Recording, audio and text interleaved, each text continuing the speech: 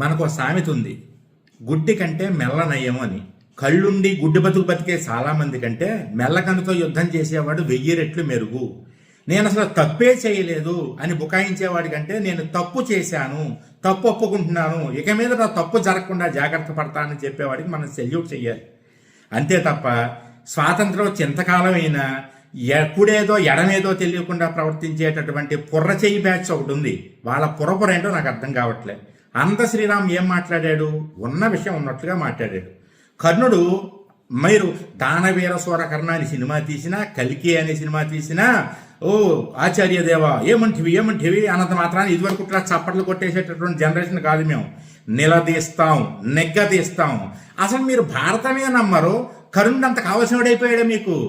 ఎందుకురా మీ బతుకులు? ఎందుకు వచ్చిన బతుకులు మీవి? ఉన్న విషయాన్ని ఉన్నట్లుగా ఒప్పుకునేవండి, కనీసం సపోర్ట్ చేయండి. ఒకడు బయటకు వచ్చాడు, ఇప్పటికైనా మాట్లాడుతున్నాడు, తప్పు ఒప్పుకుంటున్నాడు కాబట్టి వాడిని సపోర్ట్ చేయడానికి ప్రయత్నం చేయండి.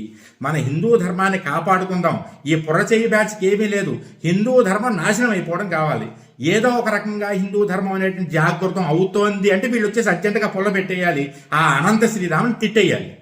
నా సంపూర్ణ మద్దతు అనంత శ్రీరాముకి ప్రకటిస్తున్నాను. హైందవ ధర్మానికి నేను వెన్ను దన్నుగా ఉంటాను.